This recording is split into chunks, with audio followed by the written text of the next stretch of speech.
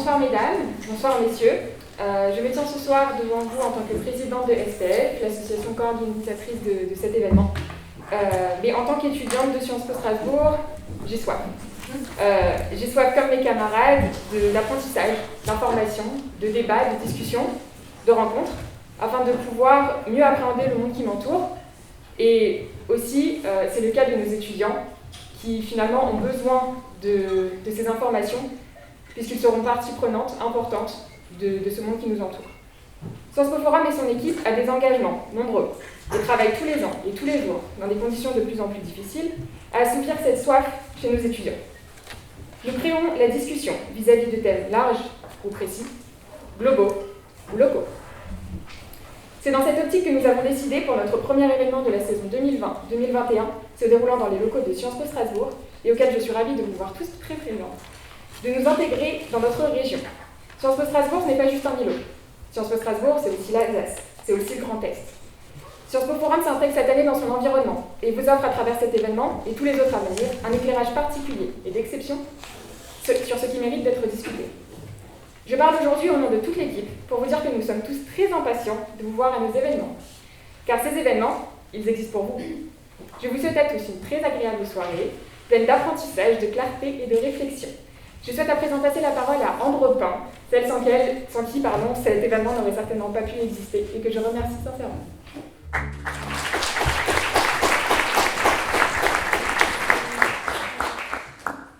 On touche un test. Du coup, bonsoir à toutes, bonsoir à tous. Je vais éloigner la chaise, c'était un peu jeune. Du coup, je vous remercie à tous et à toutes d'être présents et présentes. C'est un honneur pour nous en tant que premier événement du coup de l'année universitaire. C'est un événement, comme vous l'aurez compris, et comme nos professeurs m'ont fait remarquer maintes et maintes fois, qui se passe dans des conditions assez particulières, dues notamment à la Covid. C'est pour cette raison ce soir que nous nous trouvons dans le plus grand amphithéâtre, qui se retrouve un peu moins rempli, pour respecter les distanciations de sécurité, et que nous nous retrouvons tous à demi-masqués en tout cas.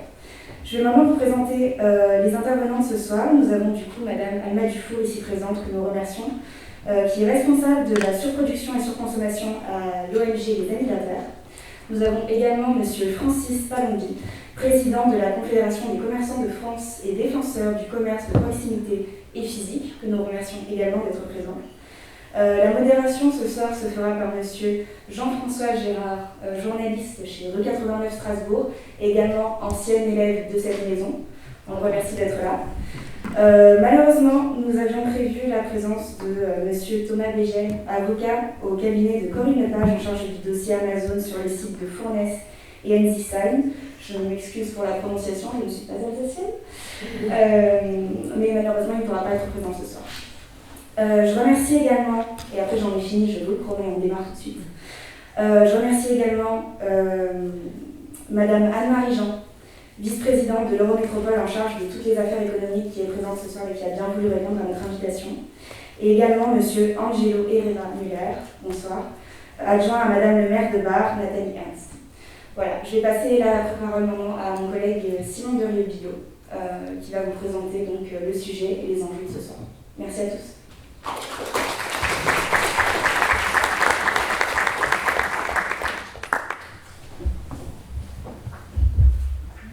Alors bonsoir.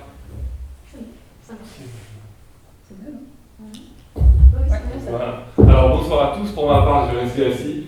Je suis bien assez grand. Alors après que nous vous ayons présenté invités, participants, partenaires, animateurs, rentrons dans le cœur du sujet. En résumé, la question que nous nous posons ce soir, c'est en général, que se passe-t-il sur notre territoire? Et en particulier, que tirer de l'implantation du géant de l'e-commerce Amazon en Alsace, à quelques dizaines de kilomètres de Strasbourg, précisément à Enzisheim et à Dambach-la-Ville? Quelles sont les implications d'une telle implantation? En bon étudiant de Sciences Po Strasbourg, laissez-moi annoncer le plan de cette table ronde. Premièrement, nous interrogeons nos invités sur les conséquences environnementales d'une telle implantation, de l'arrivée à demi-masquée d'Amazon dans nos campagnes. Puis nous reviendrons sur les conséquences en termes d'emploi. Et enfin, nous ne manquerons pas ensuite de poser la question de la concurrence, la question épineuse, de la concurrence des territoires dans l'acceptation de ce genre de projet. Et avant de passer la parole à Jean-François Gérard, Ambre l'a rappelé, permettez-moi de rappeler qu'aucun partisan de ces projets n'ayant répondu à nos invitations, nous aurons le plaisir d'agir en avocat du diable ce soir, si je puis dire, pour mener à bien cette rencontre. Merci.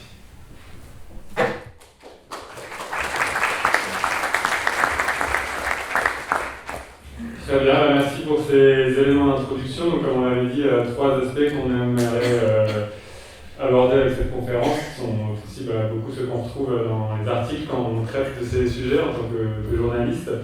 On voulait commencer avec l'aspect environnement, qui est assez complexe à mon sens, parce que souvent quand je suis allé sur les lieux où il va y avoir cette implantation, et les personnes qu'on croise nous disent que finalement c'est pas tellement un enjeu d'environnement au sens de l'endroit où ces entrepôts veulent s'implanter. En Alsace, en gros, c'est 2 grands champs de maïs où il y a assez peu d'enjeux finalement pour la biodiversité, la consommation des sols, même s'il y en a un petit peu. Mais les gens me disaient que c'est pas du tout une lutte comme une ZAD ou une forêt qu'on veut protéger. Et du coup, je me demandais, notamment peut-être on va commencer avec vous, Anna Dufour, parce que c'est une ONG plutôt écologiste, comment finalement on organise un petit peu ce rapport de force, ce dialogue sur ces enjeux, où il y a en fait des enjeux d'environnement, mais qui ne sont pas finalement juste l'endroit de où est-ce qu'on implante un entrepôt ou non. Déjà, bonsoir. J'espère qu'on va réussir à rendre cette intervention intéressante parce que peut-être c'est ce qui se passe ici en Alsace, mais même au niveau national sur Amazon, c'est un peu un cas d'école de la décision publique et de tout ce qu'on apprend peut-être pas forcément toujours en cours de sciences politiques sur les rapports de force, etc. Et du coup, je pense que c'est assez intéressant pour des étudiants, même en restant neutre, sur comment se prennent les décisions aujourd'hui sur des projets de cette ampleur. Sur la question environnementale, effectivement, vous l'avez dit, les impacts du e-commerce et d'Amazon en particulier ne sont pas forcément, sautent pas tout de suite aux yeux, pas toujours. Et c'est un des secteurs d'impact. On sait par exemple qu'Amazon fraude l'impôt, c'est quelque chose qui est su depuis très longtemps. Sur la question environnementale, effectivement, on se rend compte qu'il y a peu de connaissances du grand public et même des décideurs d'ailleurs sur ce que ça implique vraiment un entrepôt Amazon et le modèle Amazon en général en termes d'environnement. Comme vous l'avez dit, effectivement, aujourd'hui, on a un peu une circonscription du débat à un petit bout de la lorgnette, même si c'est très important, la question effectivement de l'artificialisation des sols. Alors oui, Amazon est souvent assez malin pour ne pas s'implanter en plein milieu d'une forêt. Normalement, ça arrive quand même, il s'implante sur des zones humides. C'est le cas à Belfort, par exemple, où le projet qui a été autorisé en pièces sur des terres agricoles et sur une zone humide. Mais concernant effectivement les 2 projets alsaciens dont vous parlez, c'est des terres agricoles. Il reste néanmoins qu'il y a quand même un objectif de préserver un maximum de terres agricoles, des espaces naturels, mais aussi des terres agricoles, et que c'est quand même des projets 190 000 m² pour le Dambar, c'est quand même plusieurs terrains de foot. En fait, ça chiffre, c'est très lourd en termes d'artificialisation et c'est tout autant que les zones commerciales aujourd'hui. Un entrepôt en moyenne consomme 3 fois plus d'espace qu'une zone commerciale. C'est quelque chose qu'on ne sait pas, c'est quelque chose d'ailleurs que le gouvernement essaie un peu d'écarter puisque du coup il a annoncé qu'il soutenait un moratoire sur les zones commerciales pour les questions d'artificialisation principalement. En assumant contre la Convention citoyenne pour le climat, je le précise, qui veut un moratoire général, y compris sur les entrepôts, en assumant d'exclure les entrepôts et en brouillant un peu les cartes du débat, en disant que s'il n'y avait pas de sujet sur l'artificialisation. Parce qu'effectivement aussi Amazon a souvent le bon goût aussi d'aller choisir des friches industrielles, comme c'est le cas à Rouen, où là effectivement en termes d'artificialisation, ancien site de Petroplus, on n'a pas grand chose à dire là-dessus, ça paraît logique. Néanmoins, le problème c'est que ce n'est pas les seuls impacts environnementaux dans l'entrepôt Amazon. Pour commencer, parce que tout le monde peut voir un peu plus facilement, imaginer facilement, la question des transports, évidemment, la question du transport des marchandises. Un entrepôt de la taille de celui d'Exisheim ou même de Dambar, c'est à peu près entre 1000 et 1500 poids lourds par jour, 4500 utilitaires, donc camionnettes. Ça c'est en période creuse entre guillemets, en période de très forte activité au moment du Black Friday, au moment de Noël, etc. Ça peut aller jusqu'à 3000 poids lourds par jour. Donc, en fait, en termes de pollution et surtout pour les riverains, en fait, c'est assez considérable. Sur la question du transport aussi, ce qu'on dit assez peu sur le e-commerce, moi je vais faire aussi l'avocat du diable parce que j'aime bien quand même ressortir leurs arguments. Le e-commerce, souvent, on va dire on est plus écologique que le commerce traditionnel parce qu'on livre les consommateurs chez eux. Et donc, comme on est une entreprise, on rationalise vachement les déplacements et puis, du coup, on peut économiser vachement de gaz à effet de serre plutôt que quand le consommateur va prendre sa voiture et s'arrêter ici, là ou là. Et donc, c'est mieux. C'est faux. Enfin, ça pourrait être vrai, mais en fait, c'est faux parce que ça, c'est part d'un modèle théorique d'un e-commerce qui serait vraiment très attentif à réduire absolument ses émissions de gaz à effet de serre, quel qu'en soit le coût, et qui rationaliserait énormément les déplacements. C'est pas le cas aujourd'hui. Aujourd'hui, les commandes dans un camion e-commerce, en fait, il y a moins de produits dans un camion puisque c'est des commandes de différents types, il n'y a pas de rationalisation des stocks, les camions peuvent même partir à vide. Et donc il y a des études qui montrent qu'aujourd'hui, il n'y a pas vraiment d'économie de gaz à effet de serre, même sur la livraison aux consommateurs, surtout sur des gros modèles comme Amazon, Alibaba, etc. dont je rappelle toujours, le premier but, c'est d'être rentable et d'écraser les coûts de la livraison et de la vente du service. Ça, c'est quand même ce qu'il faut comprendre. Ils n'aménagent pas grand-chose au-delà de ça. En fait, c'est ça le vrai but, et il n'y a pas grand-chose qui passe comme amélioration parce qu'ils ont un modèle économique extrêmement tendu, on y reviendra peut-être après. Mais ce qu'on dit aussi assez peu, c'est que le e-commerce en fait est un gros demandeur de transport d'avions par avion, de fret aérien, de marchandises. C'est quelque chose qui ressort peu. On n'a pas du tout accès aux données du fret aérien en France. C'est un manque de transparence totale. Même à Roissy, les riverains de l'aéroport de Roissy, alors que le fret, c'est en plus un fret souvent de nuit, donc ils sont concernés d'autant plus que les avions volent la nuit, de fret, ils n'ont même pas accès au nombre de vols par jour et au nombre de vols qui vont augmenter sur le fret aérien de Roissy. Alors qu'on sait par contre qu'ils vont créer des nouveaux hubs parce qu'il y a une explosion des commandes du e-commerce. Aux États-Unis, Amazon a augmenté de 29% le transport des produits par avion en un an, l'année dernière, pour livrer justement les clients en 24 heures, donc pour faire son offre concurrentielle de livraison gratuite en 24 heures. En France, il est en train d'essayer de s'implanter dans l'aéroport de Saint-Exupéry. On a aussi des doutes sur le projet d'Ansysal et sa connexion qui est quand même assez proche de l'aéroport de Fret Mulhouse. Donc pareil, on n'a pas d'accès aux données, mais il faut quand même se voir que s'il l'implante là, c'est peut-être pas tout à fait par hasard. Et enfin, on peut parler d'un autre acteur, qui ne sont pas en vase non plus, Alibaba, qui est donc le Amazon chinois, un peu moins connu, mais qui en Chine est quand même absolument indépassable. Et donc du coup, en fait, vend plus de produits par an qu'Amazon, rien que parce qu'ils sont extrêmement puissants sur le marché chinois. Ça a implanté carrément 200 000 m² dans l'aéroport de Liège pour livrer toute l'Europe depuis l'avion, en fait, pour concurrencer Amazon justement sur les délais de livraison. Donc ça, c'est la réalité du transport aujourd'hui. Donc nous, en fait, le modèle e-commerce, les gros e-commerce, c'est pas vraiment écologique en termes de transport et enfin le vrai, et j'en finirai, je vais essayer de raccourcir un peu, le vrai impact en fait de tout ça, le vrai plus gros impact sur l'environnement et sur le climat, c'est la surproduction des produits. En fait, sur un produit textile ou un produit électronique, les émissions liées à l'étape de fabrication, d'extraction jusqu'à la fabrication en usine, l'extraction des matières premières, c'est de 85 à 99% des émissions de gaz à effet de serre de votre produit. Le transport, ça reste marginal pour aller jusqu'au consommateur. Donc en fait, aujourd'hui, et ça c'est un coût environnemental que les entreprises comme Amazon écartent complètement. Ils disent de toute manière, nous on n'est pas fabricant, on est vendeur, on est intermédiaire. Donc c'est pas à nous de comptabiliser les émissions du secteur. Donc nous, on ne donne que les émissions du transport et encore il les calcule, on ne sait pas trop comment. Mais c'est grand flou sur les 15 milliards de produits qu'ils ont vendus en 2018 et le bilan carbone que ça représente.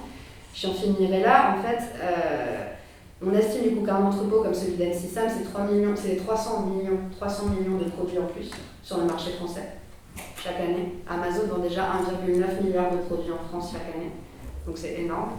On en est à des niveaux de production dans le textile qui sont de 39 vêtements par habitant en moyenne, 13,5 produits électroniques, et c'est encore des chiffres sous-évalués parce qu'il nous manque des données. Et sachant que tous ces produits-là représentent environ un quart de l'empreinte carbone de la France, donc à peu près 10% des émissions de gaz à effet de serre de la France. Donc en fait, c'est considérable. Et c'est complètement l'éléphant dans la pièce que personne ne voit dans la lutte contre le changement climatique, c'est toutes les émissions qui sont liées à nos importations de produits, puisqu'elles ne sont pas comptabilisées en tant qu'émissions françaises au titre de l'accord de Paris. Donc tous les efforts qu'on fait aujourd'hui pour réduire les émissions des bâtiments, des voitures, de l'agriculture sont absolument absorbés par les émissions qui explosent de la délocalisation de notre industrie et des importations de plus en plus fortes. Et même, c'est pas moi qui le dis, c'est le Haut Conseil pour le climat qui tire la sonnette d'alarme en disant que ça sert un peu à rien là, de s'exciter sur les émissions nationales si en fait on n'a aucun contrôle sur les émissions importées. Donc voilà, le vrai problème d'Amazon aujourd'hui en Alsace comme ailleurs, c'est qu'en fait les produits, on doit vendre moins de produits d'ici 2030. On a pris trop de retard sur le recyclage sur l'amélioration environnementale des produits. On ne peut pas tenir les objectifs climatiques si on n'a pas une trajectoire de réduction des ventes de produits neufs dans ces deux secteurs-là d'ici 2030. Donc il faut faire ça et en même temps il faut préserver le maximum d'emplois. Donc en fait vraiment, on va me dire qu'en fait Amazon c'est vraiment pas le bon modèle pour s'adapter à ce type de situation. Voilà, je m'arrête là sur l'environnement. Pardon, c'était un peu...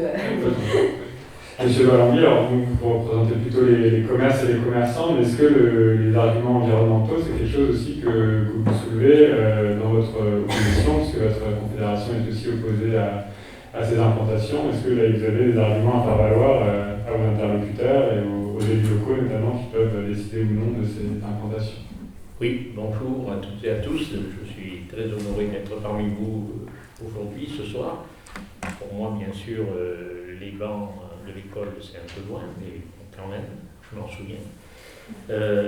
Donc, je vais vous parler d'une manière très professionnelle. Je suis un syndicat professionnel, sur le principe, qui rassemble des fédérations professionnelles de branches. Le jouet, l'épicerie fine, les marchés de France et tant d'autres, au nombre de 19. Je rassemble des collectifs d'union commerciale également, donc tout cela, ça représente le commerce de proximité. Parce que j'ai une particularité au niveau de la Confédération des commerçants de France, c'est que je ne rassemble qu'au travers de ces fédérations des commerçants indépendants de moins de 11 salariés et à hauteur de 35% des entreprises, comme vous le savez, dans le cours vous en parlez certainement, des entreprises en nom personnel, en nom propre, qui n'ont pas de salariés. Alors vous vous doutez bien que le rôle d'une confédération comme la mienne, c'est d'être en veille tous les jours que Dieu fasse. Pourquoi? Parce que les pouvoirs publics, souvent, dans leurs démarches, dans leurs lois, se préoccupent surtout et plus facilement des moyennes grandes entreprises que des très petites. Aujourd'hui, il se passe un phénomène qui est le suivant. Depuis ces dernières années, et les effets du grand commerce numérique, Alma a déjà très bien commencé à vous faire apparaître ce que ça représente, une puissance hégémonique terrifiante, une puissance financière sans nom, c'est par milliards, et donc je ne répéterai pas ce qu'elle gagne. Mais par contre, ce que nous constatons dans notre pays, et votre belle région d'Alsace, frontalière d'autres pays, comme ces pays frontaliers commencent à ne plus vouloir que s'installent des entrepôts numériques, les entrepôts numériques tels Amazon, pour ne pas le citer, mais il n'y a pas que, il y a Alibaba et d'autres, eh bien, on choisit comme terrain d'action la France. C'est très facile, en plus vous êtes une très grande ville et une région européenne, à l'état pur, ville européenne. Et donc, ils ont commencé à s'installer dans les régions, dans les départements, en relation bien sûr avec les collectivités locales, les communautés de communes, départements, régions parfois. Oui, il y a un pavé dans la raquette que ces entreprises dont je vous parle, le grand numérique, pas celui qu'on veut, pas celui qu'on est en train d'installer et que vous, les jeunes, vous devez promouvoir, vous devez faire tout ce que vous pouvez selon les postes que vous aurez quand vous sortirez de l'école, eh bien, il faut travailler sur le numérique. Les GAFA, comme on les appelle, les grands entrepôts, eux, ils ont l'ambition de rayonner sur le monde entier, et ça va provoquer quoi? Ça va provoquer tout simplement un profond déséquilibre dans l'expression du commerce. C'est-à-dire qu'il va y avoir le commerce physique qui, au fil des années, va perdre de sa force. Des emplois vont être supprimés, comme l'a très bien expliqué déjà aux États-Unis allemands, et ils vont devenir hégémoniques. Mais pour eux, devenir hégémoniques, c'est très grave, parce que ça crée une sorte d'addiction chez les consommateurs. Le consommateur aurait presque l'impression qu'il n'y a plus que pour acheter, maintenant, c'est plus la peine d'aller dans un centre-ville ou dans un magasin, on va pianoter sur Internet, on commande, on reçoit et tout va bien. Mais quand même, la vie, l'humain qui reste et qui restera toujours au cœur de la société, je pense que ça ne se passera jamais, mais à condition que nos gouvernants, à condition que les élus de la République prennent des mesures. Parce qu'actuellement, si Amazon veut créer un dépôt en Alsace, à Tarbes ou ailleurs, il fait une demande de permis de construire. Parfois, malheureusement, il a une grande complicité, comme dans la jolie petite ville du Gard de Fournes, où il y a le pont du Gard. Il a la complicité de la collectivité locale et de la communauté de communes, donc il a le permis de construire, ça c'est déjà une bonne chose. Il y a une autorisation environnementale qui se déclenche, pas très difficile, attribuée par les préfets. Et Amazon se crée. Tandis que le commerce physique, quand un Carrefour, un Auchan, un hyper-casino veut se créer, ou une zone commerciale quelconque, elle est obligée de déposer un dossier, de passer devant une commission, on l'appelle commission départementale CDAC, après ça passe en commission nationale, il y a une étude environnementale, il y a des parties prenantes localement, les unions commerciales et autres qui peuvent établir des doléances et des recours. Et à la fin de ce parcours du combattant, de ce parcours tout au moins, c'est pas forcément un parcours du combattant, mais c'est un parcours, il y a l'autorisation ou pas. Bon, jusqu'à présent. Et vous ferez très vite le parallèle, mais avec une grande différence. Jusqu'à présent, les autorisations pour mettre en place des grandes surfaces commerciales de périphérie, il y en a eu beaucoup trop. Et la conséquence, vous le savez, vous le constatez, vous l'entendez, les centres-villes se sont affaiblies, elles ont dépéri. Des vacances commerciales, avec des magasins fermés, jusqu'à 25, 28, 24%. C'est la conséquence de trop d'autorisations données facilement. Alors imaginez que ce schéma se reproduise pour le numérique, les grands dépôts numériques. Dans 5 ans, il y aura de gros dégâts, c'est un énorme danger.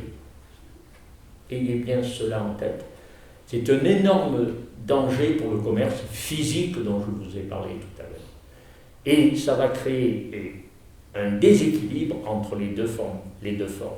Et même, parce que quand même, il faut reconnaître le ministre de l'économie, Bruno Le Maire, qui se bat quand même contre cette politique des GAFA. Ce serait bien que le président de la République se batte avec autant d'acharnement que lui. Ça n'a pas été le cas pour l'instant. Ça viendra peut-être. Il n'y a que les imbéciles qui ne changent pas d'idée. Donc, alors, comme le président très très intelligent, il peut revenir sur sa pensée actuelle. Parce que sa pensée actuelle, c'était on crée des entrepôts numériques, ça crée des emplois, donc tout va bien. Ça crée des emplois immédiatement. Mais ça génère des pertes d'emplois. Ça, on ne veut pas le voir. Alors, donc, j'en ai, pour cette première partie de l'exposé, j'en ai quasiment terminé.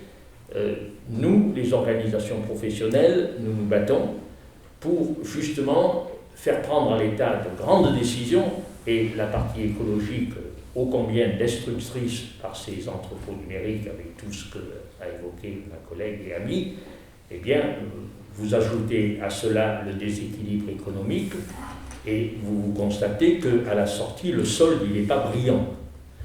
Donc, il faut que vous, les citoyens, nous, les consommateurs, parce que tout citoyen est un consommateur en puissance, vous preniez conscience que le commerce doit rester le commerce, c'est le troc qui a évolué au fil des années, et que le lien social, c'est capital, que l'effervescence, la dynamique des centres-villes, des cœurs de ville qui représentent quand même l'histoire des pays, de notre pays, mais des pays en général, Il faut, dans votre façon de consommer, alors attendez, je n'ai pas dit non plus celui qui, celle ou celui qui parfois achète sur Amazon ou sur Alibaba, c'est un monstre sacré, donc je n'ai pas dit ça non plus. Je n'ai pas parlé non plus d'interdiction, malgré que l'Europe se préoccupe de cette question des GAFA. Il ne s'agit pas d'interdire, il s'agit de laisser la libre concurrence dans un pays démocratique comme le nôtre. Il s'agit de laisser la libre concurrence s'exercer, mais avec un cadre avéré. Et c'est ce que nous souhaitons, et c'est pour ça que nous sommes ici, ce soir, demain, et dans d'autres circonstances. Et je remercie des associations comme celle de Pascal Lacombe, qui, avec d'autres collectifs, associations. J'ai participé à l'une de vos manifestations récemment en Alsace, c'était fabuleux. Cette fois, cette prise de conscience des citoyens par rapport à ce gros déséquilibre en perspective qui a déjà commencé, mais il faut vite, vite, vite l'arrêter. Alors, il y a un autre fléau, un fléau en soi. Il y a des entreprises, des petites entreprises, à hauteur actuellement, il n'y a pas c'est pas un chiffre trop important. 4,5% de TPE vendent sur Amazon, moyennant une adhésion, moyennant entre 15 et 18% de commission. Mais tout ça, c'est pour un jour s'en passer de ces gens-là et de les envoyer paître. Et c'est beaucoup. Et également, les gains d'emploi avec Amazon, c'est un leurre momentané. Parce qu'Amazon robotise au maximum pour rentabiliser au maximum sa structure. Alors, quand à Fournaise, ils ont annoncé 600 emplois dans une petite ville du Gard, c'est formidable. La première réaction des élus, du maire, c'était plutôt alléchant. En réalité, il y a une procédure en cours, il y a un référé, il y a tout ce qu'il faut. Eh bien, en réalité, il n'y en aura que 150 d'emplois.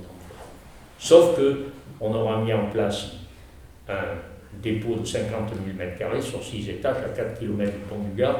Ceux d'entre vous qui sont allés se promener dans le midi de la France savent quand même ce que c'est le pont du Gard. Et en plus, quand le président de la République se félicite que ça crée des emplois, numériques en général crée des emplois, eh bien, il a oublié de dire quels emplois. Parce que finalement, il y a des statistiques qui commencent à sortir, elles ne sortent pas comme ça tous les jours parce que ça se fait au fur et à mesure. Les effets du grand numérique, c'est à du moyen terme. Eh bien, comme ces emplois sont très pénibles, que la manutention est très dure dans les entrepôts numériques, vous avez vu que dans le Covid, il y a eu quand même une réaction des syndicats, heureusement, eh bien, les gens tombent malades plus souvent, et quand on tombe malade, on est pris en charge dans notre beau pays par une protection sociale, heureusement, on peut s'en féliciter, une bonne protection sociale. Donc, vous voyez jusqu'où ça va. Et ça, si humblement et simplement je vous ai fait prendre conscience de cette situation, eh bien, c'est une bonne chose pour la société, pour le lien social, pour l'épanouissement de la société. Voilà. Vous poserez des questions peut-être tout à l'heure, mais voilà ce que je vous dis dans un premier temps du coup. Merci de votre attention. En tout cas, sur l'entrepôt de l'N6M, puisqu'on a les plans maintenant, il y a 4 étages, en fait, où il y a 3 étages et 3 du haut, où il n'y a en fait, pas d'humains qui sont censés aller dedans, c'est uniquement robotisé. Bon, l'étage du bas est prévu avec des humains, plusieurs centaines d'emplois, mais sur l'ensemble des mètres carrés, il n'y a pas des emplois humains, tout l'humain. Sauf que Amazon, qui a beaucoup d'argent, fait de la pub, et il crée des emplois de l'avenir. Si on écoute les clips à la télévision, quand on regarde parfois la télévision, c'est formidable. C'est des emplois de grande qualité.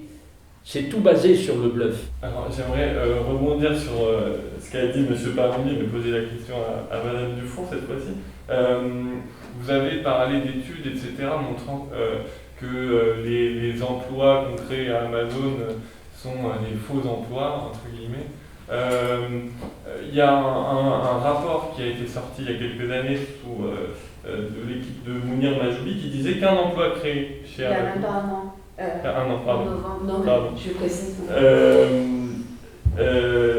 Qu'un emploi créé chez Amazon faisait perdre 2,2 emplois dans les commerces de proximité. Ça a l'air paradoxal au premier abord parce qu'on se dit que c'est pas parce qu'il y a un entrepôt Amazon qui est créé qu'on va arrêter de consommer, commander sur Amazon, etc. Est-ce que vous pouvez expliquer ce processus-là? Et deuxième question, comment faire pour que les gens, pour que les consommateurs se remobilisent vers leur centre-ville et commandent de moins en moins? Je sais que c'est une question compliquée, mais si vous pouvez apporter. Alors du coup, sur les statistiques apportées par Mounir Majoubi, c'est une modélisation et en fait elle est sous-évaluée. Donc du coup, en réalité, pourquoi elle est sous-évaluée? Parce qu'il n'avait même pas vraiment le vrai chiffre d'affaires, le vrai volume d'affaires réel d'Amazon en France au moment où il a fait son calcul, pour la simple et bonne raison que Amazon ne publie pas son chiffre d'affaires en France ni son volume d'affaires en France.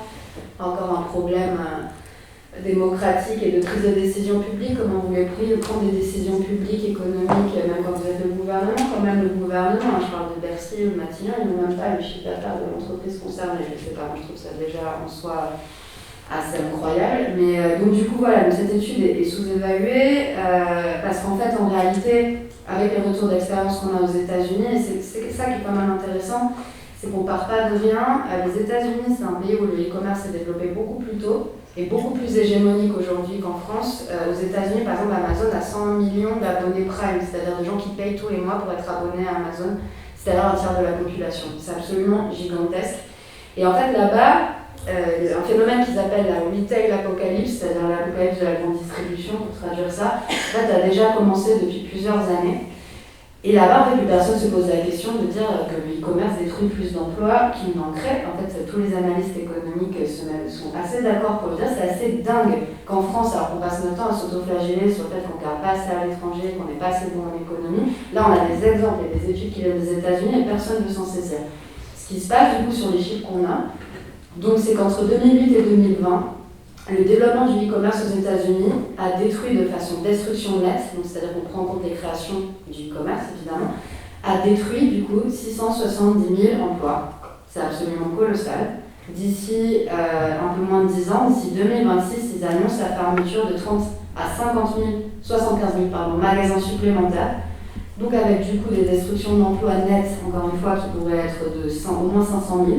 Donc ça veut dire qu'en 20 ans, le e-commerce aura détruit plus d'1 million d'emplois aux États-Unis.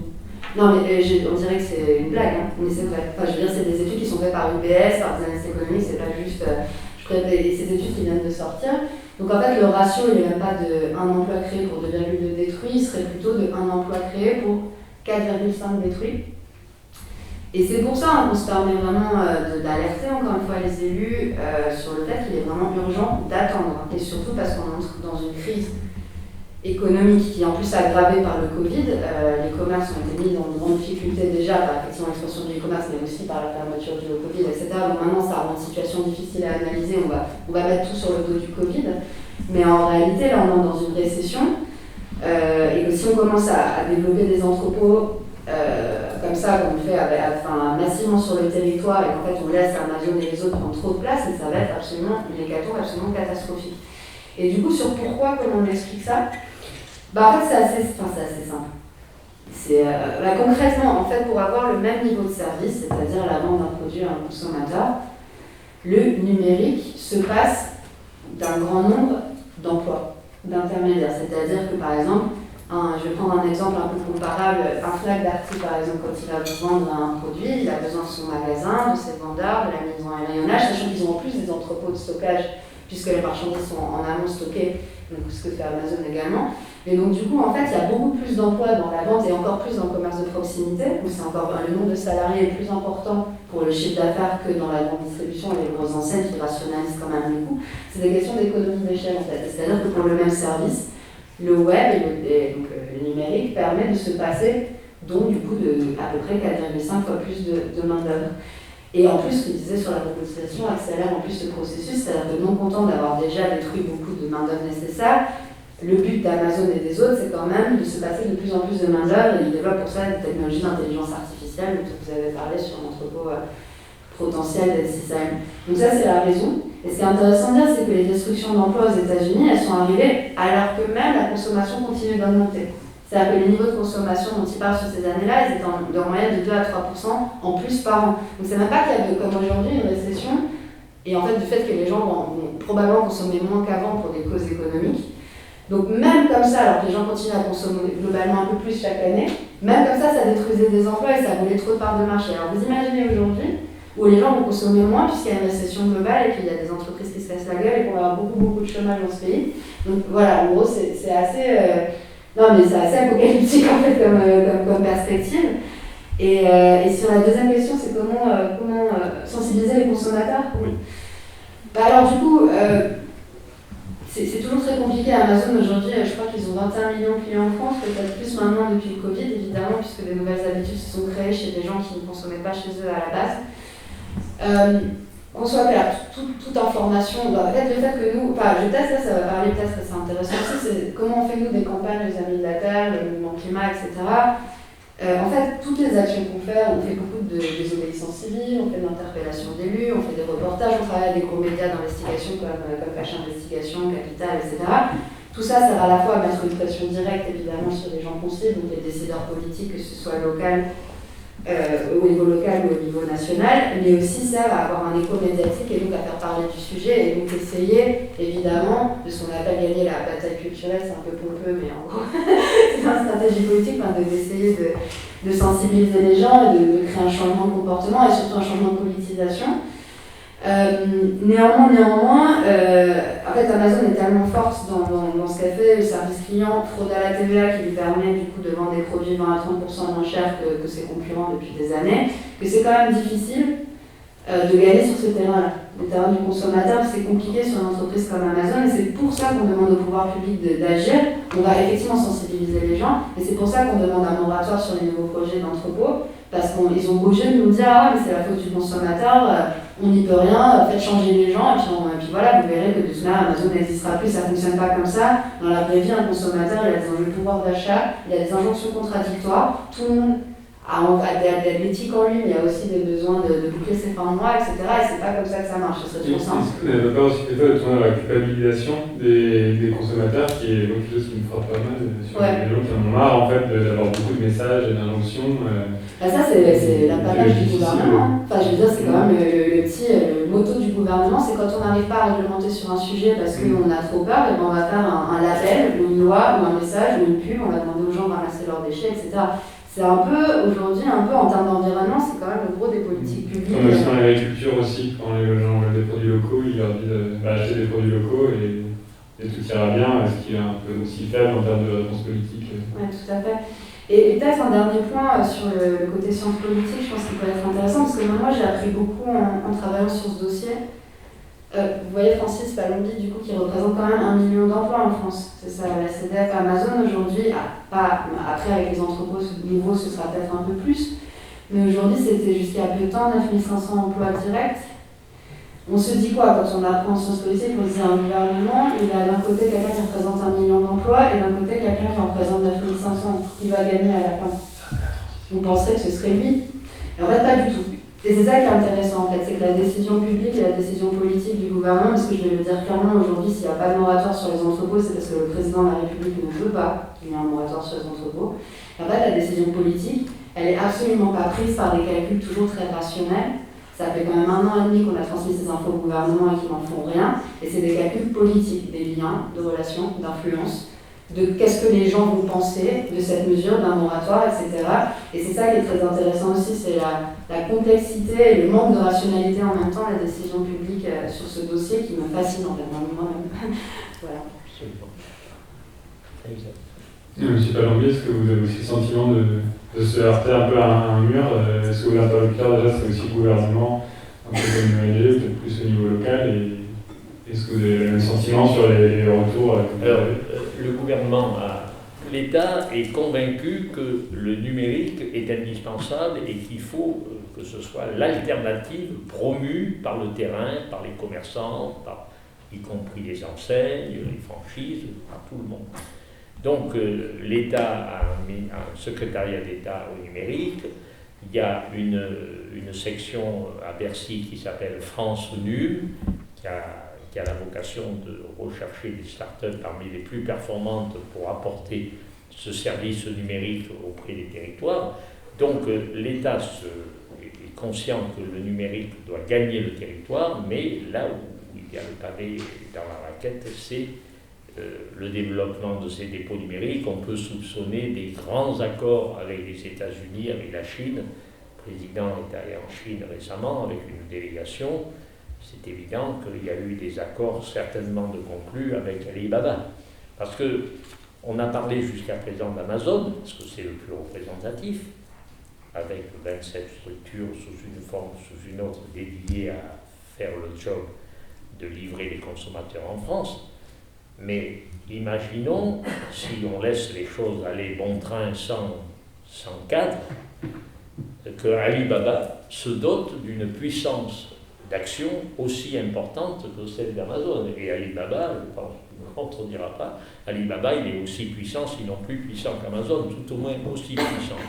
Là, c'est les Chinois, donc c'est encore spécifique que les produits viendront essentiellement, principalement de Chine.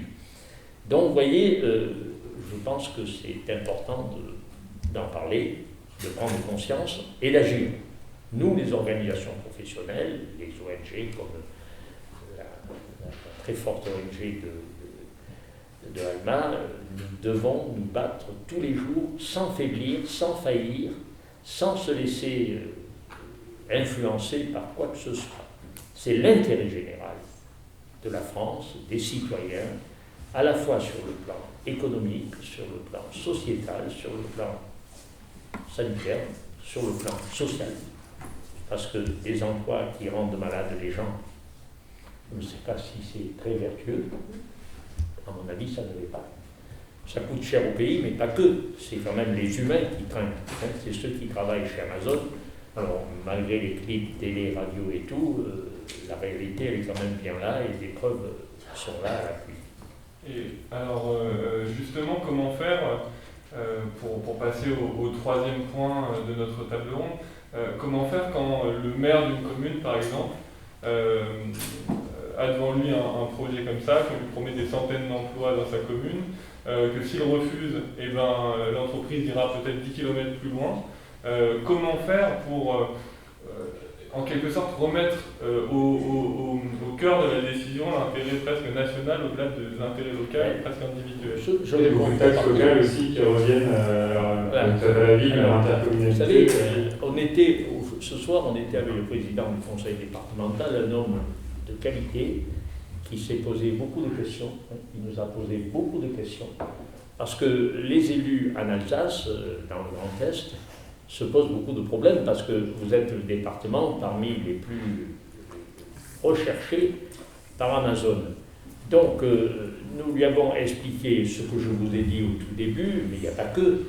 Je répondrai, mais Alma aura une partie de réponse également à faire. Eh bien, il faut changer les statuts de la création, de l'implantation des dépôts.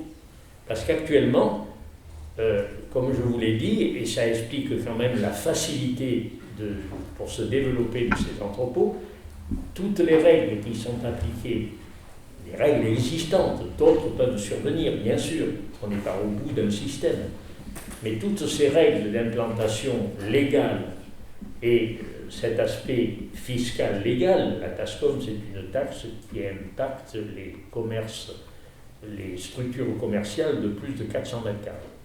Et c'est attribué aux collectivités locales, principalement aux communautés de communes. C'est une manne d'argent énorme que l'on perd. Bon, mais déjà, c'est quand même un peu dissuasif, parce que si ces grands entrepôts de 50 000, 100 000, 150 000 mètres carrés, et d'ailleurs même le président du MEDEF, qui n'est peut-être pas à la base, vu sa position contre les grosses entreprises, le président du MEDEF a dit « c'est pas normal que les entrepôts numériques ne soient pas assujettis aux mêmes règles du jeu ». Alors déjà, cher monsieur, le fait de créer des règles va peut-être faire évoluer les élus, mais les élus, ils ont besoin aussi d'être sensibilisés, ils ne savent pas tout, ils ont besoin d'être informés. Si on fait ce parcours sein de la France, et d'autant plus ma collègue Alma qui donne des conférences, explique la situation dans beaucoup d'endroits, et moi-même à certains moments, et parfois ensemble, comme ce soir, eh bien, il faut continuer à faire passer ce message, parce que les élus ne sont pas parfaits, personne n'est parfait, et je pense qu'on a vu aujourd'hui la Chambre de commerce de Strasbourg. On a vu un président qui était vraiment objectif, il dit la relocalisation c'est formidable, mais pas n'importe quelle relocalisation. Et ce monsieur, il a développé de nombreux cas de relocalisation sur notre territoire français, mais ce n'est pas les terres agricoles qui sont disponibles, ce n'est pas une règle en soi de les attribuer à Amazon. Alors s'il y a une étude, eh bien les élus seront concernés par l'étude. Les élus, les citoyens, les associations de commerçants, ce sera oui ou ce sera non. Mais là, une collectivité locale et une communauté de communes qui est acquise à la création d'Amazon, comme c'est le cas à Fournes, se crée. Bon, là, il y a une procédure, il y a un recours, il y a tout, et nous allons, nous, d'ailleurs, engager des recours gracieux, nous allons faire des interventions volontaires aux côtés des porteurs de recours locaux, pour justement, donc vous voyez, il y a toute une mécanique législative, juridique, qui n'existe pas et qui doit se mettre en place. Mais pour cela, s'il n'y a pas de moratoire, alors, s'il n'y a pas de moratoire, ces implantations risquent de se créer très vite. Et comment faire? Je vous ai dit également que le numérique doit s'implanter sur tout le territoire, que tous les commerçants doivent utiliser le numérique, mais il faut quand même du temps.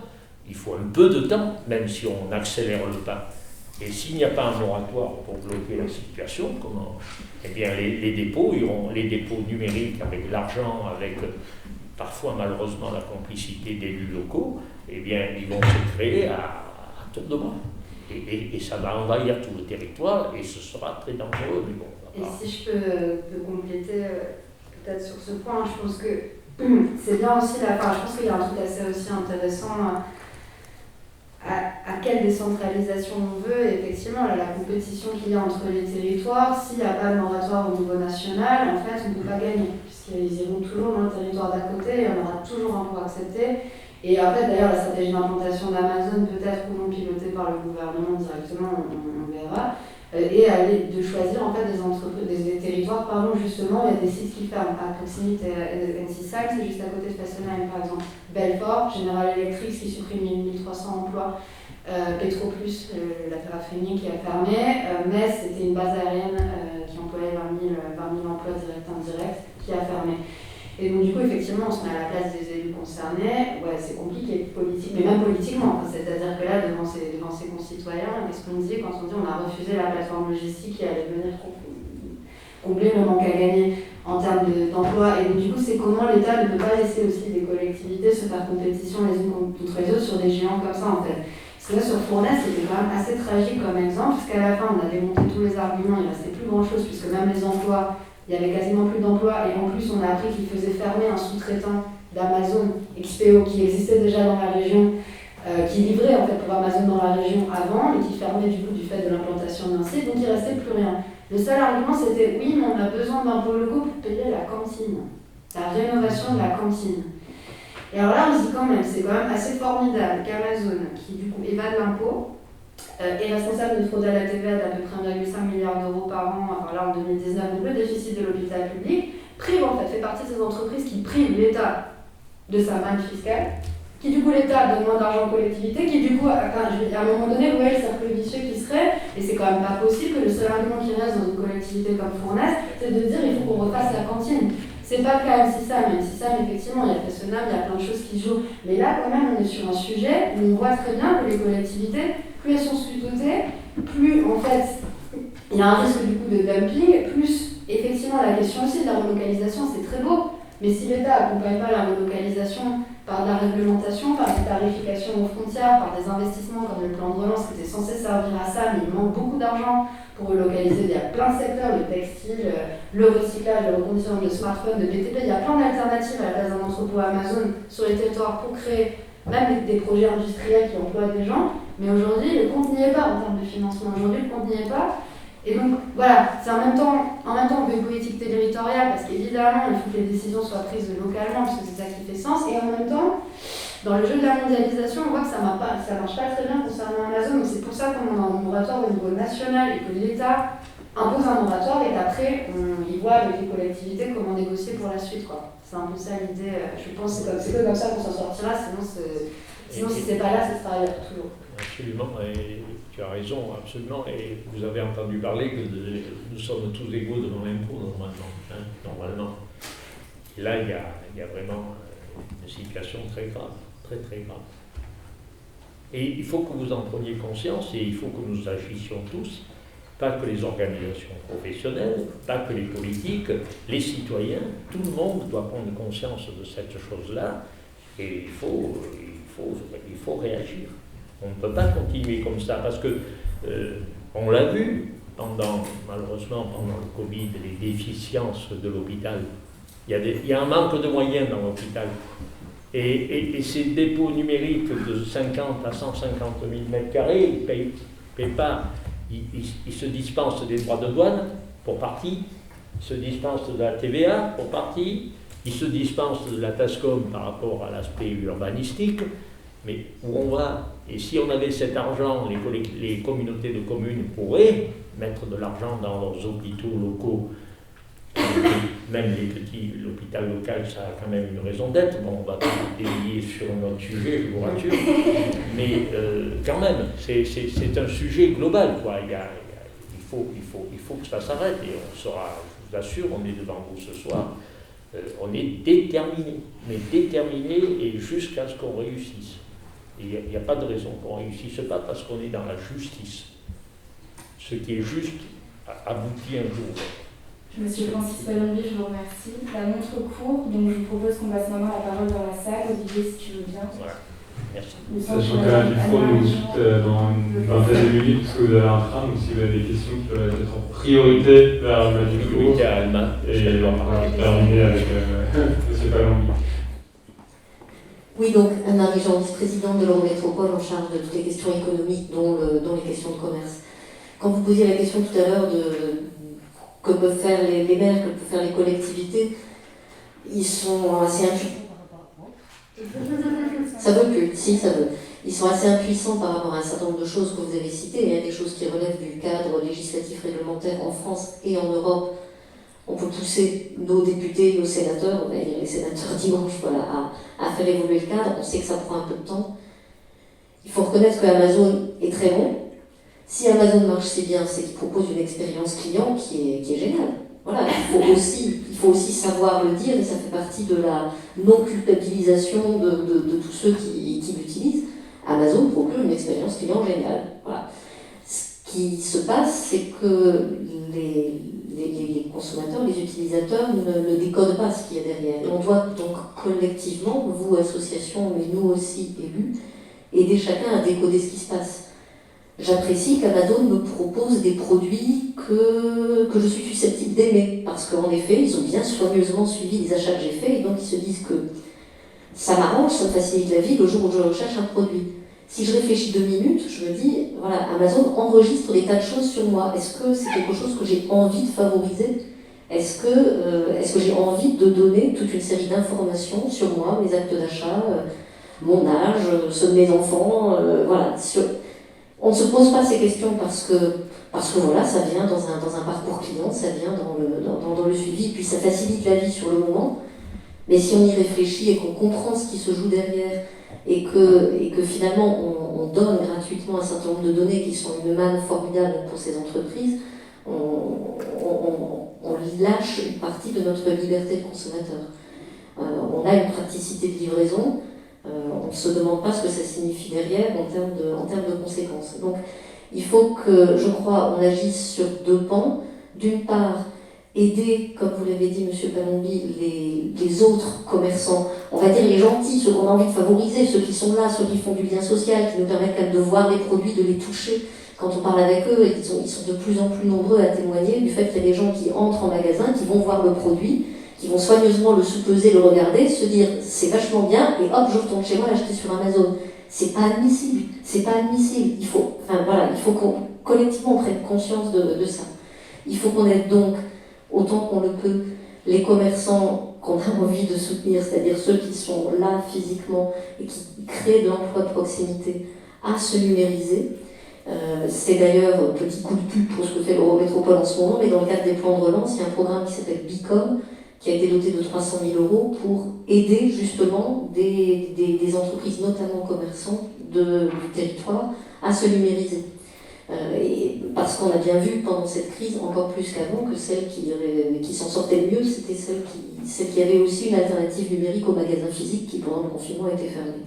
Donc on peut aider par différentes voies les commerçants à progresser, à devenir aussi bons, autant que possible, aussi bons en termes d'expérience client qu'Amazon, de copier ce que Amazon produit de bien pour que du coup le choix ne se fasse pas en se disant mon Dieu, j'aime tant Amazon, mais ils sont des vilains, donc je renonce à les utiliser et je prends un truc qui est quand même vachement moins pratique. Voilà, il faut qu'on essaie de faire en sorte que l'alternative soit beaucoup plus agréable et utilisable.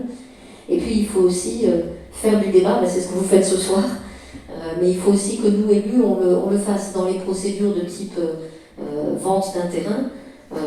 On peut difficilement faire reproche à une collectivité qui, comme vous le disiez, a des soucis de financement, va chercher à vendre un terrain et de récupérer derrière de la taxe, voilà. Mais, pardon, j'ai perdu mon fil. Les élus doivent participer au débat. Oui, c'est ça, voilà. Merci beaucoup. Dans le cadre de ces opérations, il y a une phase qui s'appelle l'enquête publique. Mais on voit bien que les enquêtes publiques, c'est des choses qui prennent de moins en moins. Très peu de gens consultent les documents, répondent, etc. Donc on a vraiment aussi collectivement un travail à faire sur la notion de débat public dans le cadre formel des enquêtes publiques, mais aussi de façon plus large. Et pour notre part, la nouvelle équipe strasbourgeoise, tant à la ville qu'à la métropole, c'est vraiment un axe qu'on a beaucoup poussé dans la campagne, l'axe démocratique, le fait de dire que les choses doivent être mises en débat. Et ça nous paraît extrêmement important qu'on prenne ce temps. Parce que c'est vrai que c'est pas évident de décortiquer les conséquences de l'acte d'achat. Il y a plein de choses qui viennent derrière. Et il faut le temps de l'expliquer, de l'exprimer pour que les gens comprennent et que du coup, après, chacun fasse ses choix en responsabilité et en connaissance de cause. Et là-dessus, je pense que, bien sûr, les ONG, c'est votre combat, c'est votre rôle, mais que c'est aussi celui des collectivités. On vous remercie beaucoup. Il y avait une question du coup là-haut, si je ne m'abuse. Bonsoir. Vous parlez de la position frontalière de l'Alsace, de l'intérêt général français, de la justice sociale, d'une tarification frontière et de la mondialisation. Très bien. Ma question est simple. Comment on fait ça dans le cadre des traités de libre-échange de l'Union européenne, où on ne peut pas revenir à un certain protectionnisme, même protecteur ou éclairé, et tout ce qui est, et on est très limité en termes d'aide d'État. Je réponds directement. Oui, donc on a une deuxième question pour le train, madame. Ou tout de suite. Ouais, parce que je dois vraiment partir. On la prend ensuite.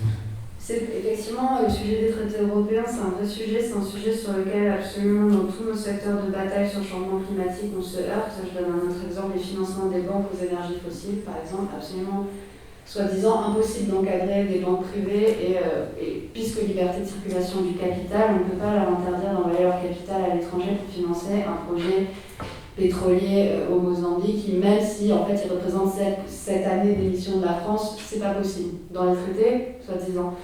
Néanmoins, les traités, comme tout, c'est politique, ça s'interprète pas vraiment avec souplesse malheureusement par la Commission européenne, mais en réalité, effectivement, à un moment donné, si ça bloque trop, il faut se poser la question d'une renégociation. Mais de toute manière, la situation politique de l'Union européenne n'est pas franchement glorieuse, on va dire ça comme ça. Si les traités européens sont un obstacle à la lutte contre le changement climatique, on se pose la question effectivement de voir comment ils peuvent être aménagés. Et sachant que quand même il y a des bras de fer politiques, même sur des questions de traités, par exemple le moratoire, c'est très intéressant. En France, on nous dit que le moratoire c'est impossible.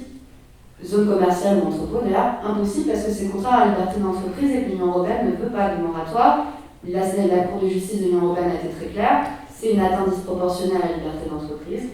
Néanmoins, l'Allemagne a adopté une sorte de moratoire sur les zones commerciales depuis à peu près 15 ans. Il n'est toujours pas revenu dessus, malgré le fait que la Commission lui ait demandé plein de fois de revenir dessus. Parce que l'Allemagne, c'est l'Allemagne, et qu'ils ont dit non, en fait, on préfère protéger nos commerces de proximité. Alors, ils n'ont pas empêché Amazon de s'implanter, j'ai jamais très bien compris du coup la logique, mais bon, ils avaient réussi à préserver le chiffre d'affaires des petits commerces en périphérie, enfin de centre-ville. La différence, par exemple, de chiffres est très intéressante, comme quoi la réglementation, ça marche vraiment. C'est-à-dire qu'en Allemagne, il y a un moratoire sur les zones commerciales en périphérie. 67% du chiffre d'affaires commercial est réalisé en centre-ville. En France, c'est l'inverse. Il n'y a pas de moratoire et on est sur plus du 33% du chiffre d'affaires commercial réalisé en centre-ville. Donc, très clairement, et voilà. Et en gros, là, c'est une situation politique où, du coup, la Commission européenne n'ose pas poursuivre l'Allemagne devant la Cour de justice de l'Union européenne. Donc, ils continuent avec leur régime. Donc, j'espère que la France va faire pareil. Je ne sais pas si c'est clair comme réponse, mais en gros, pourquoi on serait les seuls, du coup, à pas faire ça? Mais effectivement, la question que vous posez est vraiment, et c'est très angoissant d'ailleurs, en fait, on a besoin, l'Union européenne en tant qu'union, c'est très important, mais la question c'est que les traités desquels on dépend aujourd'hui sont des traités d'un autre âge et qui ne sont pas du tout faits pour faire face aux défis climatiques. En tout cas, ça c'est sûr et certain. Pour le reste, je laisse chacun juge sur la question du modèle économique que ça promeut sur le reste des bancs. Mais ce qui est sûr, c'est que le libre-échange et la liberté de circulation du capital, tel que promu dans les traités, nous empêche de faire un certain nombre de choses rendues nécessaires par l'urgence climatique. Voilà.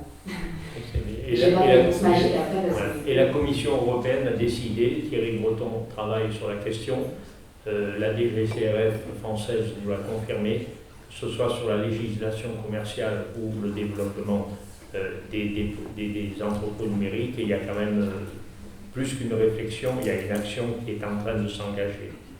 Nous allons en connaître le résultat, j'espère, rapidement.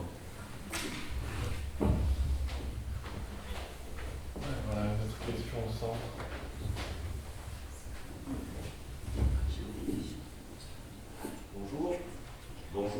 Bonjour, c'est vraiment incroyable.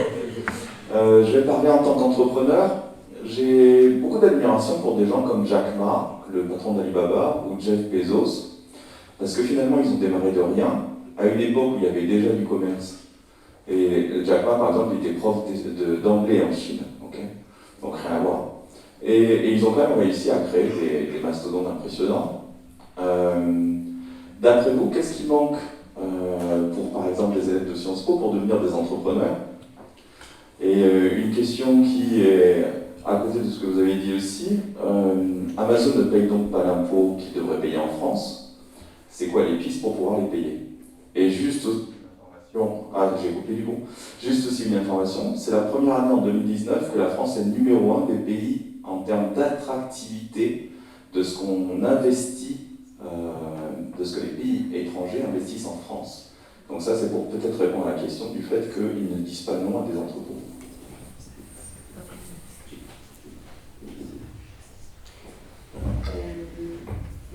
Du coup, très brièvement, comme ça, Francis peut-être reprendra la suite.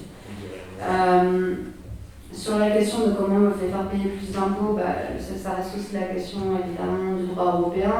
Pour la fraude à la TVA, par exemple, en fait, l'Union européenne a une directive d'harmonisation maximale sur la TVA, puisque c'est censé... S'il n'y a pas les mêmes règles de TVA dans tous les pays, c'est un obstacle au libre-échange. Donc du coup, on est bloqué par l'Union européenne qui a une directive d'harmonisation maximale sur la TVA qui est nulle, qui a été réformée pour faire face à cette fraude et qui laisse encore la porte à beaucoup trop de fraude. Et donc on est un peu bloqué. Donc de la même manière que pour le moratoire, l'Allemagne a aussi durci son régime toute seule et encore du coup en conflit avec la Commission européenne sur ce sujet-là. Et à voir du coup si la France prend le même chemin ou pas, parce qu'effectivement... je veux dire, je ne vois pas pourquoi on laisserait poursuivre une fraude à la TVA qui dure depuis des années. Enfin, moi, ça me paraît déjà, c'est le BABA, il faut commencer par ça. Sur l'impôt sur les sociétés, effectivement, la consolidation du chiffre d'affaires au niveau européen, c'est quelque chose qui est demandé pour éviter que les bénéfices d'Amazon et des autres soient taxés au Luxembourg et pas en France, par exemple. Ça, c'est tout un pan des grosses réformes qu'il faudrait conduire au niveau européen. Alors, sur la question sur l'entrepreneuriat, Jeff Bezos, c'est pas vraiment parti de rien. Jeff Bezos, c'est un ancien Goldman Sachs. Alors, il est parti de rien dans le sens qu'il a recommencé, il a quitté Goldman Sachs pour faire son entreprise. Normalement, Jeff Bezos avait très très bons contacts dans le milieu de la finance. Il a toujours joué d'un soutien financier de Wall Street absolument impressionnant, qu'aucune autre entreprise n'aurait pu se permettre avec le bilan financier qu'ils avaient, c'est-à-dire qu'ils étaient à perte pendant des années et ça aurait dû se casser la gueule bien avant. Et donc, dire qu'il est parti de rien, je ne sais pas. Pour le patron d'Alibaba, effectivement, je le connais moins, donc je ne peux pas vraiment vous répondre.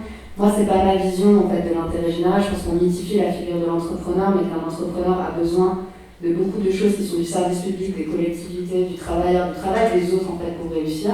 Et c'est comment on partage cette richesse-là. Il y a des gens très intelligents, il ne faut pas dire le contraire, il y a des gens qui innovent et qui apportent des choses. C'est pas toujours ce qu'on croit, c'est pas dur, mais il y a aussi plein de gens qui innovent et qui apportent des choses mais qui ne sont pas forcément reconnus, qui sont exploités par les plus grosses entreprises. Donc je sais pas, moi j'aurais pas vraiment de conseils à donner aux oppositions sanglot pour devenir des entrepreneurs comme Jeff Bezos. Je préfère qu'ils deviennent activistes pour le climat. Non, je rigole, mais voilà, mais je reconnais effectivement ce sont des gens brillants, évidemment. Sinon, ils n'en seraient pas là. Non, mais. Je vais vous laisser du coup. Je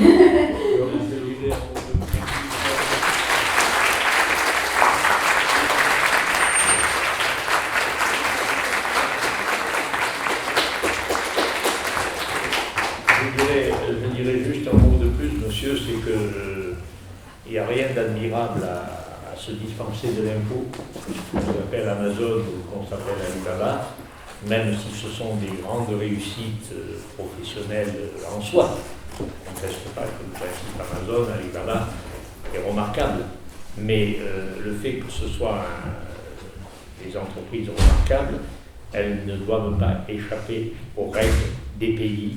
C'est pour ça que l'Europe a un rôle important à jouer, et on peut discuter sur les très petites entreprises, sur la fiscalité.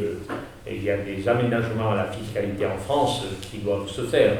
Et les élèves, justement, de Sciences Po, qui sont sur les bancs aujourd'hui et qui vont prendre de hautes responsabilités dans leurs fonctions, doivent se pencher sur ce problème. L'égalité devant l'impôt est quelque chose de sacro-saint et il faut faire plier ces gens. Je pense que le ministre de l'économie s'est fixé. Je pense pouvoir dire qu'il est sincère, ce monsieur, et qu'il veut absolument mettre ces gens-là. On n'est pas contre qu'ils existent, ils doivent se soumettre aux mêmes règles sur l'impôt, sur les implantations, enfin tout ce qu'on a évoqué au fil de cette rencontre. Eh bien, je pense que c'est très important. Et là, vous êtes dans la ville de l'Europe.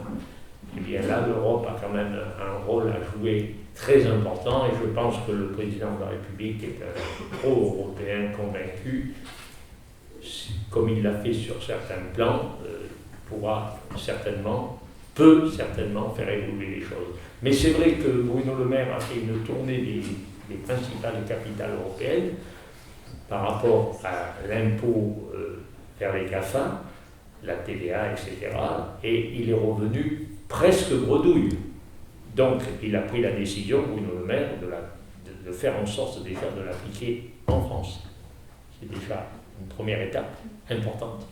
D'autres devront suivre, mais il faut que ça se généralise au niveau des pays d'Europe. Et l'ultralibéralisme sauvage qui dispense certains de payer l'impôt, ça ne doit pas être tolérable. Et peut-être que le Covid nous a fait prendre conscience de beaucoup de choses.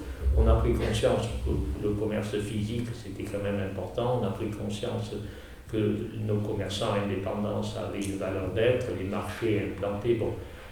Donc il faut continuer à travailler. Merci. Peut-être une dernière question rapidement. Non, plus qu'une question, c'était une remarque sur l'effectivité en fait, des recours. Caroline Zin, moi je suis vice-présidente de l'Eurométropole aussi, métropole numérique, mais je ne vais pas refaire le speech. Anne-Marie l'a très bien fait sur la politique de la métropole. Donc je voulais parler en tant qu'avocate parce que au SAF, le syndicat des avocats de France, on a créé la commission santé environnement dans la suite du GCO. Parce qu'on s'était rendu compte qu'en fait, il n'y avait pas de recours effectif. C'est-à-dire qu'à partir du moment où un recours était déposé, de toute manière, les travaux continuaient. Voilà. Et alors, on le sait quand on est sur les bancs de la fac, mais quand on le vit, et en tant que militant, c'est très différent. Et de la même manière, ces entrepôts numériques géants vont recevoir les mêmes écueils. C'est-à-dire que pour que l'on puisse avoir des recours qui soient effectifs et qu'on puisse demander des moratoires et un gel pour pouvoir réfléchir, eh bien, le problème systématique, c'est que pendant ce temps, le tribunal administratif ne suspendra pas les travaux. Et ça, ce sont des règles que l'on pourrait changer au sein du code administratif, de procédure administrative. Oui. Mais en réalité, tant que nos députés, et donc là on parlait du rôle des élus, tant que les députés n'auront pas effectivement le courage de remettre ça sur la table, pour se dire, bien que ça permet une réflexion, ça permet un gel, ça permet simplement au moratoire d'exister, eh bien on n'y arrivera pas, puisque dans les recours juridiques, c'est extrêmement déséquilibré, même si je sais qu'il y a d'excellents avocats, et mon camarade Françoisine en fait partie pour NC-SIGN, mais n'empêche que les recours sont confrontés à ça. Les travaux continuent pendant que les juges réfléchissent. Je précise juste pour les étudiants qui sont peut-être nouveaux à Strasbourg que le GCO c'est un projet d'autoroute qui s'appelle le Grand Contournement Ouest de Strasbourg qui fait 24 km et sur lequel il y a en effet beaucoup de recours mais qui n'ont jamais suspendu ou retardé les travaux. Une petite précision à la sémantique. Oui, pardon, et des décisions au fond ne sont toujours pas tombées et les travaux continuent. On attend toujours. Alors, vous avez raison, madame, merci de votre propos. Et merci de votre propos également concernant vraiment votre région, c'est important. C'est vrai, j'ai été en relation ces jours derniers avec Corinne Lepage, qui est quand même une ex-ministre très écologique, et elle me disait que vous avez raison, le travail, l'étude continue, sauf qu'avec les recours, ça nous permet, pour l'instant on en est là, c'est peu de choses, mais c'est toujours quelque chose, ça nous fait gagner 4 mois, ça reporte la décision, et si entre-temps nous parvenons à être véritablement actifs comme nous essayons de l'être, eh bien une décision des élus de la République, de la Chambre des députés, des sénateurs, des ministères peut faire évoluer les choses. Donc vous avez raison, il y a un aspect presque, ces actions que nous menons intensément avec des recours, des interventions volontaires, etc., comme nous le faisons, dans un deuxième temps, puisqu'il faut que ce soit les locaux qui portent les recours, eh bien, ça ne change pas la donne, mais ça sensibilise, ça crée quand même une réflexion chez les élus, dans les collectivités locales, et c'est quand même, pour l'instant, un moyen, mais il faut quand même à un certain moment la loi. Est-ce que les juges ont reconnu au moins votre légitimité à agir? Oui, et puis ça, vous savez, on est des êtres humains, on est quand même perméable à ce qu'on nous dit, à ce qu'on entend. Bon, il y a peut-être quelques points ce soir qui vous auront marqué plus que d'autres et qui vont vous permettre à vous-même, citoyens, élèves de Sciences Po, de réfléchir. Donc, mais votre propos, madame, est particulièrement juste et réaliste, particulièrement réaliste. Vous avez raison de le faire remarquer. Merci. Bon, et bien, il me semble que nous touchons au but de cette table ronde. Je vais remercier nos intervenants, Jean-François Gérard et M. Francis Ferrandi d'être présents, nos invités, Angelo Herrera Müller, Anne-Marie Jean et Mme Caroline Zorn. Vous êtes allés en retard, mais je vous remercie quand même pour votre intervention notamment. Je vous remercie à tous d'être venus et de nous avoir rejoints. Céline Merlot va nous faire un petit point hors conférence sur l'associatif. Je vous demande de rester une petite minute, s'il vous plaît. Alors, bonsoir à nouveau. Bonsoir à nouveau. Donc, en effet, je vais faire un petit point. Déjà, à nouveau, je souhaite remercier tous les invités, qu'ils soient participants ou voilà, invités, et aussi chacune des personnes qui est dans cette pièce pour être venue, tout simplement. Il y a quelque chose que vous avez dit, madame, qui m'a assez frappée. Pour vous citer, vous avez dit qu'il faut faire du débat. C'est très intéressant puisque Sciences Po Forum, donc l'association que je porte avec mes camarades, crée du débat. Nous l'avons fait aujourd'hui, nous le faisons presque toutes les semaines. Nous travaillons constamment pour créer du débat et pouvoir faire avancer les choses. Le problème, c'est que aujourd'hui, on est confronté à un problème qui est assez important. Vous allez vous dire que ça ne vous concerne peut-être pas, mais finalement, si vous êtes ici, c'est que ça vous concerne. Donc, Sciences Po Forum, on dit souvent SPF, essaie de faire des choses positives, comme toutes les associations de Sciences Po. Donc, il faut savoir que tous nos membres sont bénévoles. Ils créent de la réflexion, ils apportent donc aux étudiants la découverte du monde qui les entoure. Et comme la question avait été posée, on se pose aussi la question de notre avenir. On prétend à des postes à responsabilité. On doit s'ouvrir au monde, on doit le comprendre. Sachez aussi que quand on est membre associatif, c'est un véritable investissement. C'est pas simplement une ligne sur le CV, c'est du travail constant. Donc personnellement, je suis étudiante, j'ai aussi 2 jobs étudiants et je suis présidente de Sciences Po Forum. Et ce qui pour l'instant me demande le plus d'investissement, c'est évidemment mes cours et Sciences Po Forum. Ce qui est parfaitement normal. On s'investit pour des associations, on s'investit pour l'école et on est très heureux de le faire. En revanche, depuis hier, on est mis en difficulté. Donc ça nous a tous pris par surprise, on a découvert ça très tard. Mais tous les associatifs de l'école sont mis en difficulté. Ce qu'il se passe, c'est que hier, le conseil d'administration de Sciences Po Strasbourg a décidé de faire voter une réforme d'assiduité qui nous pénalise fortement. Aujourd'hui, donc Ambre et Simon ont accepté de tenir, et ils ont même été volontaires bien sûr, pour tenir cette conférence, créer du débat, comprendre ce qui se passe en Alsace, comprendre Amazon, comprendre ce que c'est qu'un entrepreneur, ce genre de questions. Ils l'ont fait bénévolement. Et Ambre travaille d'arrache-pied, je l'ai vu, mettre tout son cœur, tout son âme, tout son temps dans ce projet depuis des mois. Ensuite, on a découvert qu'elle avait un cours obligatoire ce soir. Il y a beaucoup de cours qui sont obligatoires de 18h à 20h à Sciences Po Strasbourg. C'est un problème. Comment fait Ambre? Elle a pris de ce projet, c'est son bébé, elle y tient. Qu'est-ce qu'on fait? On annule tout? C'est pas possible. Donc on continue, on le fait quand même, on prend sur nous. Elle va rattraper son cours, elle est d'accord, tout va bien. Mais tout ne va pas bien. Justement parce que cette réforme d'assiduité fait que Ambre, si cela lui arrive encore, sachant que nous avons beaucoup d'événements dans la vie, si cela lui arrive encore, elle aura 1 point de moins sur sa moyenne. Sur sa moyenne, c'est très lourd, c'est très important. Et cette décision-là, on ne la comprend pas. On ne la comprend pas tout simplement parce qu'on se bat tous les jours pour essayer de faire la renommée de cette école, pour essayer d'être attractif, pour faire des choses positives. On a des associations comme Arc-en-Ciel qui se bat contre les discriminations. On a des associations comme l'Alter Bureau qui se bat pour les combats solidaires et écologistes. On a le B2, évidemment, qui travaille au bien-être étudiant. On y travaille tous les jours, on prend notre temps et on est punis. Alors on ne comprend pas. Dites-moi si vous comprenez. Nous, on ne comprend pas. Donc c'est un véritable problème. Quand on est associatif, je l'ai dit, on travaille beaucoup. On ne travaille pas juste de temps en temps de midi à 13h. Non, on travaille tout le temps. On travaille souvent quand on est à Sciences Po Forum de 18h à 20h, parce que c'est le seul créneau qui est possible. Ensuite, le bâtiment ferme. On fait quoi? On fait une conférence de 3h du matin à 5h? Ça va être compliqué.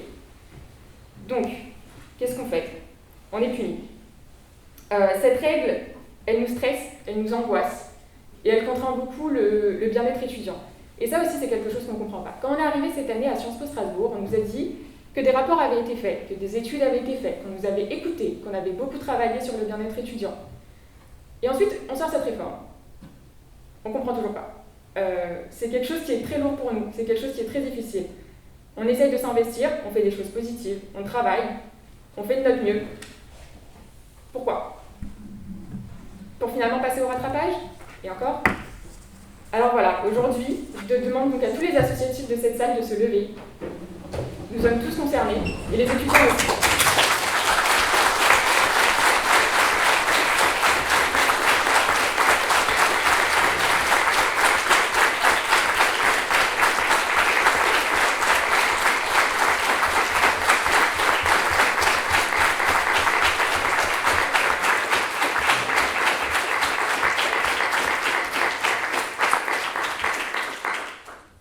Alors pour m'adresser plus directement à l'administration, au nom de toutes les associations de Sciences Po Strasbourg qui ont signé un communiqué qui apparemment ne vous est peut-être pas arrivé jusqu'au raisonnement au niveau de la décision de cette réforme, nous sommes tout à fait d'accord pour travailler de concert avec vous. C'est tout ce qu'on demande. C'est vraiment tout ce qu'on demande.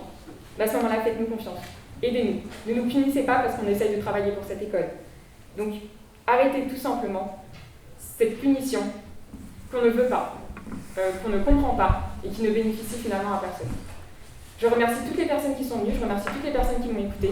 Je suis désolée d'avoir eu à faire cette élocution, j'aurais vraiment préféré ne pas avoir à la faire. Aujourd'hui, donc, certains associatifs sont venus, je les remercie chaleureusement.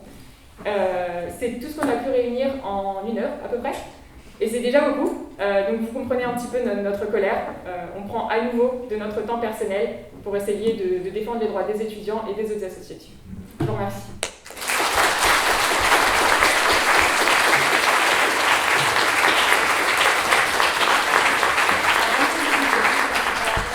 Je vais aussi Avant que vous disiez tout ça, je tiens encore une fois à remercier le chaudron des équipes des alternatives pour avoir permis cette collaboration fructueuse, nous avons permis d'être tous réunis ce soir pour aborder ces sujets-là. Voilà, je vous remercie d'être venus et merci encore de nous avoir écoutés.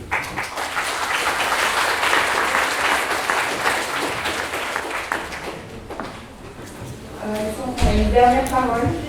Juste un dernier mot pour vous rappeler que les collectifs qui sont là, ils sont bien représentés dans la salle. Il y a Extinction Rebellion, il y a Alternativa, il y a Chaudron des Alternatives. Pour vous rappeler qu'on travaille nous aussi d'arrache-pied pour vous informer, vous sensibiliser. On est aussi sur le terrain et voilà, vous inviter à nous rejoindre dans les mobilisations citoyennes parce que c'est notre avenir commun qu'on a envie de défendre et c'est un avenir souhaitable dans lequel on a envie de tous vivre. Voilà, donc n'hésitez pas à vous engager auprès de nous. Et voilà, selon votre situation géographique, on saura vous orienter. Vous avez tout sur nos sites internet, que ce soit Extinction Rebellion Strasbourg, Alternativa et Strasbourg ou selon les alternatives. On compte sur vous pour pouvoir mener plus haut, plus fort tous ces combats dont on a tous besoin. Voilà, merci beaucoup.